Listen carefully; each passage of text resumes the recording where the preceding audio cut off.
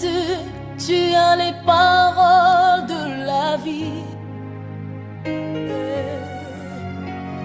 Jésus, tu as les paroles de la vie.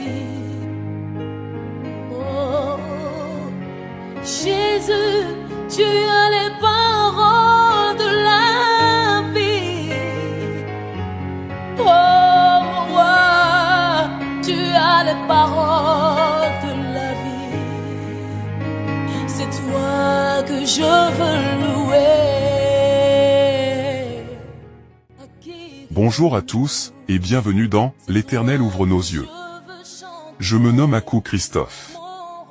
Dieu m'a fait la grâce de comprendre les Écritures, et à travers moi, Dieu vous fera aussi grâce pour démêler le vrai du faux à travers les Écritures. Notre sujet du jour est Jésus-Christ est Dieu dans l'islam. Dans notre sujet précédent, nous avons démontré que le Dieu de la Torah qu'on retrouve dans l'Évangile, partage les mêmes attributs que Jésus-Christ. En d'autres termes, le Dieu de la Bible et Jésus-Christ sont la même personne. Aujourd'hui, nous allons prouver que l'islam contient certains éléments qui présentent Jésus-Christ comme étant Dieu. Nous allons prendre des versets dans le Coran et aussi se référer aux hadiths pour soutenir notre thèse. Avant que quiconque essaie de vouloir contredire nos explications concernant l'interprétation des versets coraniques, nous allons prouver d'abord par le Coran, que ces versets n'ont pas besoin d'interprétation. Car les versets coraniques sont clairs et parfaits en sens et en style. On peut le constater dans la sourate 11 ayat 1. Lisons. Alif, Lam, Ra. C'est un livre dont les versets sont parfaits en style et en sens, émanant d'un sage, parfaitement connaisseur. C'est clair ici. Selon ce passage, le Coran n'a pas besoin d'être interprété. C'est ce que soutient encore la sourate 17 ayat 89. Et certes, nous avons déployé pour les gens, dans ce Coran, toutes sortes d'exemples. Mais la plupart des gens s'obstinent à être mécréants. Selon ces deux sourates, les musulmans eux-mêmes sont des mécréants, car c'est eux qui passent leur temps à vouloir réinterpréter certains versets du Coran, surtout lorsque ces derniers sont coincés face à une question gênante. Allah dit clairement que le Coran est parfait en sens et en style.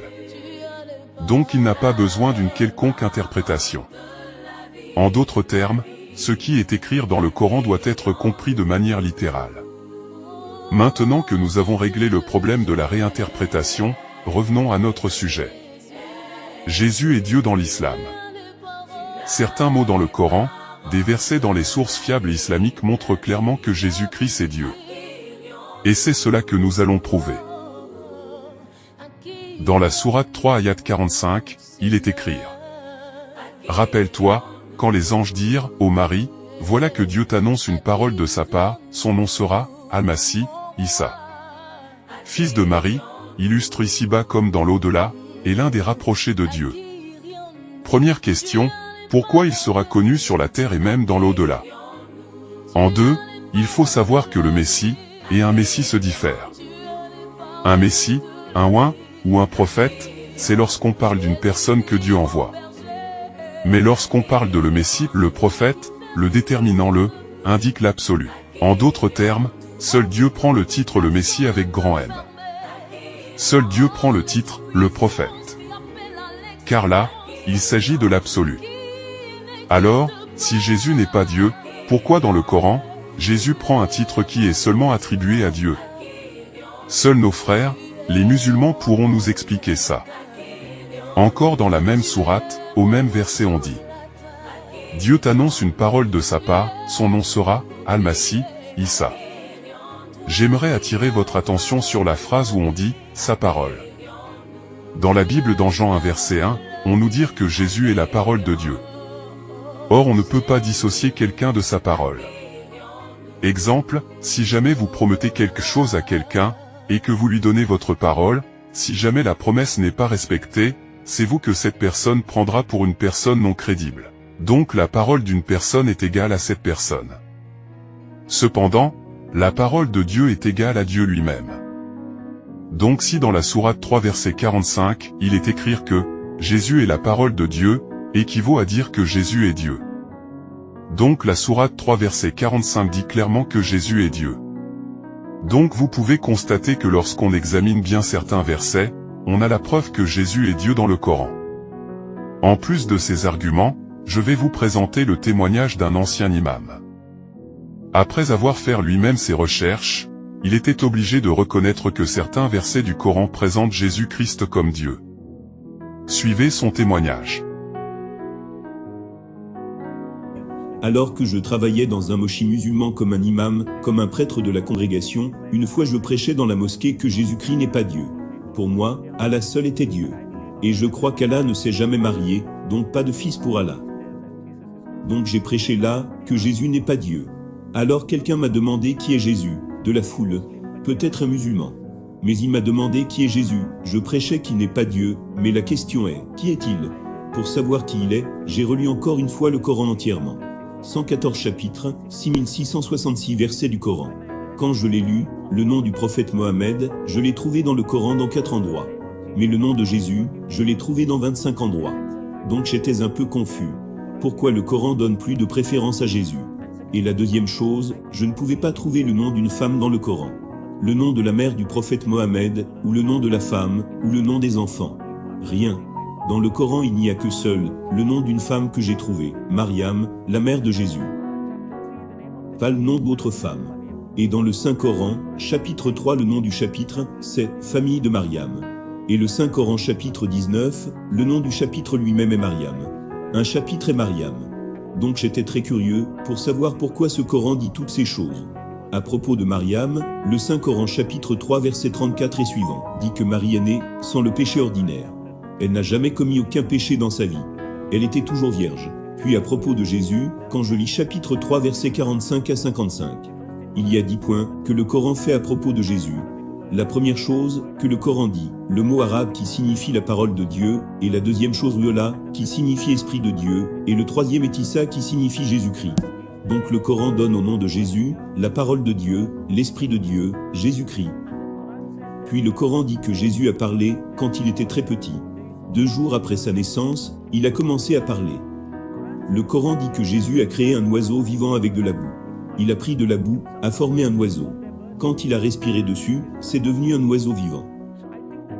Donc j'ai pensé, il peut donner la vie. Il donne la vie à cette argile de boue. Et puis le Coran dit que Jésus a guéri un homme né aveugle, et un homme avec la lèpre, etc. Curieusement, le Coran dit que Jésus donne la vie aux morts. Jésus est allé au ciel. Il est toujours vivant, et il reviendra. Quand j'ai vu toutes ces choses dans le Coran, ma pensée était que dit le Coran à propos de Mohammed. Vous savez, selon le Coran, le prophète Mohammed n'est pas la parole de Dieu, pas l'esprit de Dieu. N'a jamais parlé quand il était âgé de 2 jours. N'a jamais créé un oiseau avec de la boue. N'a guéri aucun malade. N'a jamais ressuscité de mort. Il est lui-même mort, et selon l'islam, il n'est pas vivant, et il ne reviendra pas. Donc il y a beaucoup de différences entre ces 2 prophètes. Je n'appelais pas Jésus comme Dieu. Vous savez que mon idée était qu'il était un prophète, mais il est un prophète plus grand que Mohammed. Donc un jour je suis allé voir mon professeur, celui qui m'a enseigné pendant 10 ans au collège arabe, et je lui ai demandé, « Professeur, comment Dieu a créé l'univers ?» Et il a dit que Dieu a créé l'univers par la parole. Par la parole. Puis ma question fut, la parole est créateur ou création? Clairement. Ma question est, la parole de Dieu est créateur ou création? Le Coran dit que Jésus est la parole de Dieu. Si mon professeur répond que la parole de Dieu est créateur, cela signifie que Jésus est créateur. Donc les musulmans devraient devenir chrétiens. Supposons qu'ils répondent que la parole est création, il sera piégé. Vous savez pourquoi? Il a dit que toutes choses furent créées par la parole.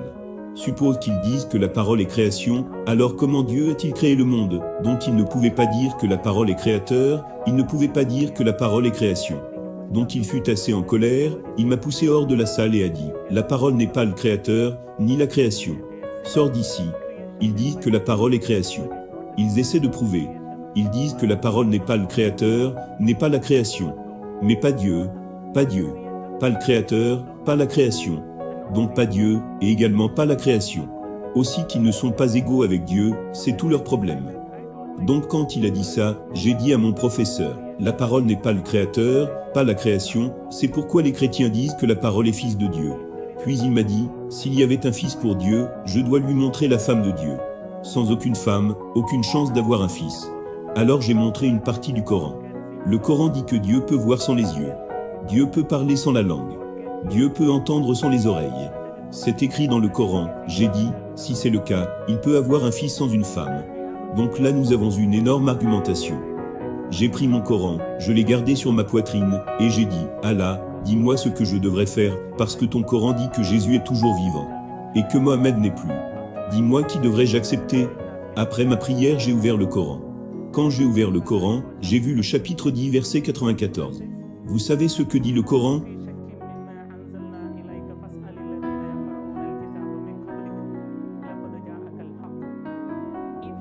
Si tu as un quelconque doute dans ce Coran que je vous ai donné, va et lis la Bible. Ou demande aux gens, à ceux qui lisent la Bible. La vérité est déjà révélée. Donc si vous me demandez, qui a fait de moi un chrétien, ce n'est aucun père, ce n'est aucune nonne, ce n'est aucun évêque, ce n'est aucun cardinal, ce n'est pas même le pape. Mais le Saint-Coran m'a converti au christianisme. Donc après avoir vu cela, j'ai décidé d'étudier la Bible, et je suis allé dans un centre de retraite appelé le Centre de la Retraite Divine, qui est en Inde. C'est comme ça que j'ai eu une relation avec le christianisme. Ok. Est-ce à ce moment-là que tu as décidé de devenir chrétien? Ce n'était pas immédiatement après mon arrivée. J'ai assisté premièrement à une retraite, et je n'étais pas très heureux. J'avais moins de 19 ans, pas encore. J'ai terminé mes études, et je travaillais dans un collège arabe. Plutôt, je travaillais dans une mouchi. Donc j'avais moins de 19, et alors que je faisais mes études bibliques, il y a eu beaucoup de points qui m'ont touché dans la Bible. Le premier jour, le Père a lu Jean chapitre 1 verset 1. Au commencement était la parole. La parole était avec Dieu. La parole était Dieu. La parole est devenue chair. Donc mon Saint Coran dit que Jésus est la parole de Dieu. Maintenant la Sainte Bible dit aussi que Jésus est la parole de Dieu. Donc j'ai trouvé les deux très similaires. Et j'étais heureux de savoir que j'ai besoin du Coran, et j'ai besoin de la Bible. Tous les deux. J'étais dans l'humeur qu'un jour je peux devenir chrétien, un autre jour musulman. Un autre jour chrétien, ainsi de suite. Que j'ai besoin des deux. Pendant que j'y pensais, une autre parole que j'ai entendue c'était Jean chapitre 1 verset 12. C'était une telle parole d'amour pour moi. Parce qu'il est écrit dans la Bible, que si une personne accepte Jésus, Jésus lui donnera le pouvoir de devenir enfant de Dieu.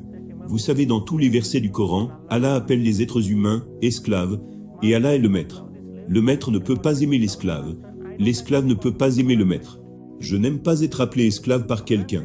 Le Coran dit que vous êtes esclave. Mais quand j'ai entendu Jean chapitre 1 verset 12, qui dit « Si vous croyez en Jésus, Jésus vous donnera le pouvoir de devenir enfant de Dieu. » Immédiatement j'ai dit « J'ai besoin de Jésus, parce que je veux être un enfant de Dieu. » De là j'ai commencé à appeler mon Dieu « Papa ». Jusque-là je ne savais pas que je pouvais appeler Dieu « Papa ». Vous savez, Jésus a enseigné la prière en langue araméenne. Notre Père qui est aux cieux. En langue arabe, Aboun signifie « Notre Père ».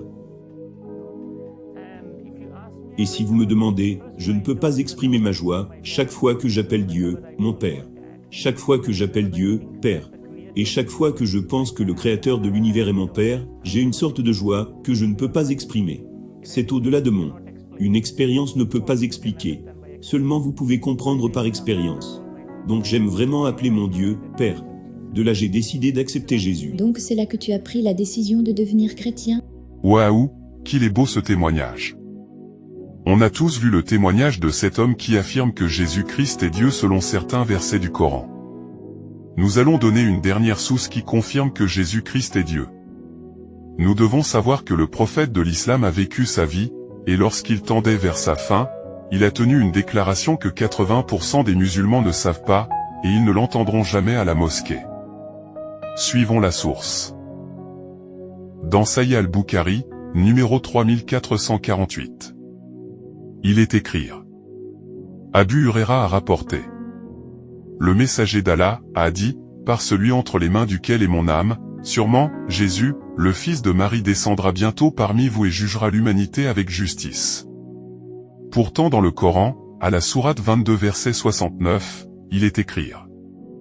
Allah jugera entre ses serviteurs, croyants et mécréants, le jour de la résurrection, sur les divergences qu'ils avaient dans ce bas monde concernant les sujets religieux. Le prophète de l'islam a été clair. Jésus descendra et jugera le monde avec justice. Quel prophète viendra juger le monde? Récapitulatif.